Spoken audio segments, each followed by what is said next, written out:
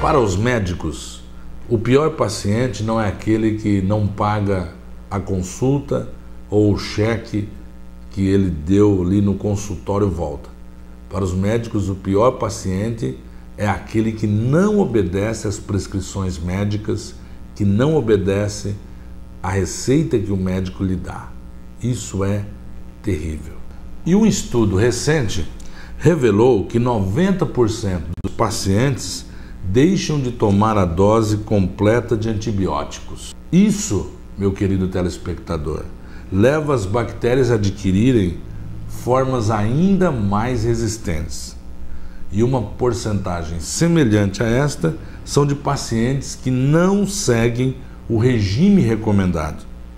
Continua a fumar, continua a ter vida sedentária e não retorna ao consultório para o acompanhamento posterior e contínuo, mesmo sabendo que está prejudicando a si mesmo. Tais pacientes desobedientes são os piores pacientes que os médicos podem ter e, por consequência do seu comportamento, eles acabam não se curando, acabam piorando a situação e acabam até mesmo, muitas vezes, abreviando o tempo do final da sua vida.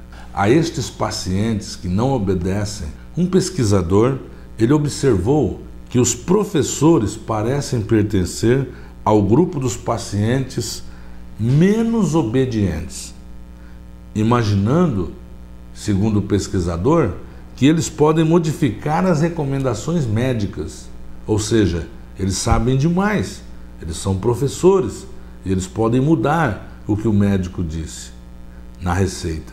Também os executivos jovens também apresentam problemas de atitudes e diz eles: prescreva-me apenas o estritamente necessário.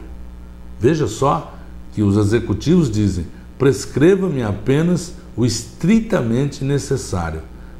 Ora, é uma atitude de certa forma arrogante, julgando que sabem mais que os próprios médicos.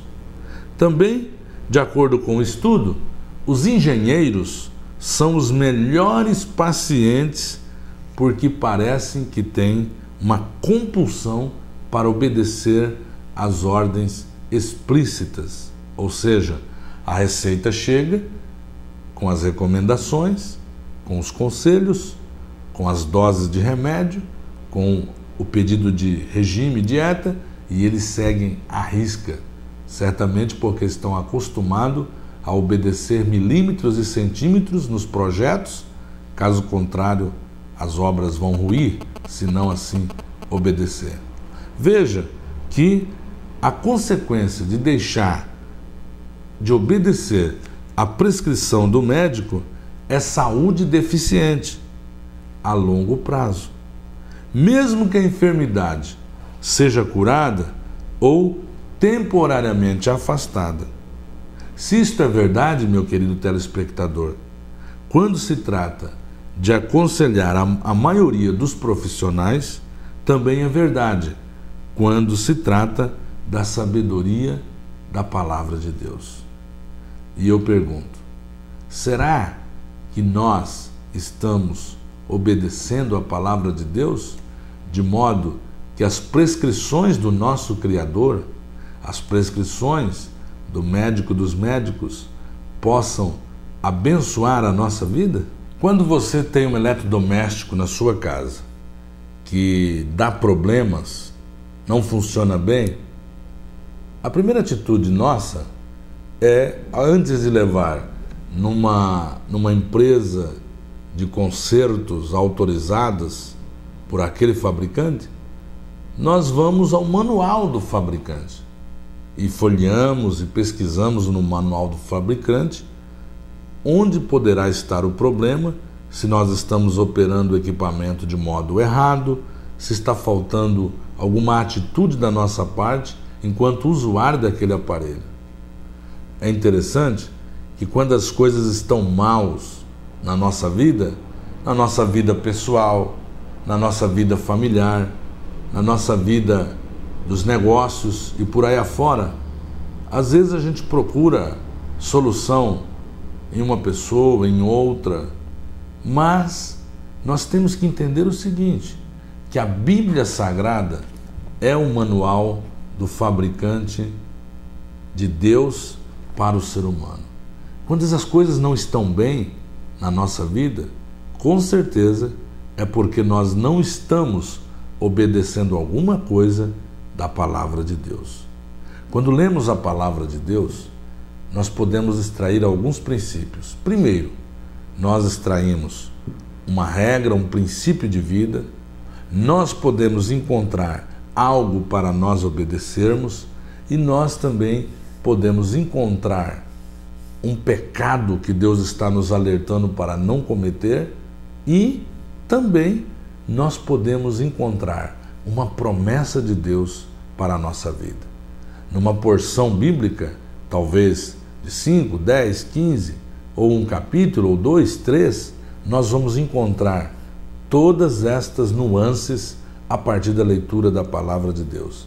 A palavra de Deus é um manual do fabricante do ser humano. Um certo pai estava estudando, um pai cristão, e o seu filhinho começou a atrapalhar o trabalho do pai. Aí então o pai viu uma gravura numa revista, cortou aquela folha e fez alguns picotes, cortou e deu ao filho como se fosse um quebra-cabeça. O pai cortou aquela folha, a folha onde estava um mapa mundi, e disse ao filhinho: meu filho, reconstrua novamente o globo terrestre. Ele fez aquilo para que ele pudesse trabalhar enquanto o seu filho se entretesse em algo. O pai achou que o filho ia demorar muito para fazer o trabalho. Qual não foi a surpresa, como rapidamente o garoto conseguiu montar o mapa mundi. O pai ficou assustado, porque o garoto não tinha ainda estudo suficiente para aquilo. E o pai perguntou: como você conseguiu montar tão rápido, meu filho? E aí então o filho começou virando as peças daquele quebra-cabeça e disse: pai, é fácil, é só consertar, é só arrumar o homem que o mundo fica arrumado. No verso daquele mapa mundi, da revista cortada, havia a figura de um ser humano. E aquele garoto, muito mais fácil montar um ser humano. Montou o ser humano, automaticamente o mapa mundi ficou montado. E daí o pai tirou um princípio: consertando o homem, o mundo ficará consertado. É isso que a palavra de Deus diz. A palavra de Deus não é simplesmente um conjunto de regras para nós obedecermos. A palavra de Deus é, na verdade, uma manifestação de amor de Deus para conosco, e Deus está mostrando na sua palavra o desejo que ele tem de reatar as relações com o ser humano. E na primeira epístola do apóstolo João, chamado Apóstolo do Amor, no capítulo 5, versículo 3, a palavra de Deus está escrito: porque este é o amor de Deus, que guardemos seus mandamentos, e os seus mandamentos não são pesados. Quando nós amamos a Deus e desejamos agradá-lo, os mandamentos de Deus não são pesados para nós. Esta é a palavra que tenho a você nesta reflexão: que você ame os mandamentos de Deus e você de fato será uma pessoa feliz, com sentido pela vida, uma pessoa bem-aventurada.